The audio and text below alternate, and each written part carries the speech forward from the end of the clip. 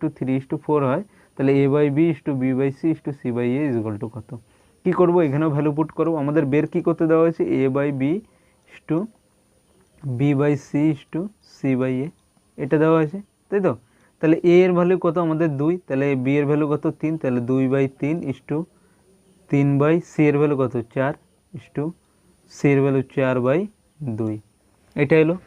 এখন আমরা কি করব, এক করতে পারো কি নর্মাল এই নিচে 3টের লসাগু বের করে, যে প্রসেস এই প্রসেসে করতে পারো। তাহলে 3, 4 আর 2 এর লসাগু কত হয়ে যায়, আমরা বলতে পারি 3, 4, 2 এর লসাগু হলো 12, তাহলে 12 দিয়ে প্রত্যেকটাকে গুণ করে দাও। তাহলে এইটাকেও 12 দিয়ে গুণ করো, এইটাকেও 12 দিয়ে গুণ করো, আর এইটাকেও 12 দিয়ে গুণ করো, অর্থাৎ লসাগু দিয়ে ডাইরেক্ট গুণ করে দিতে পারো।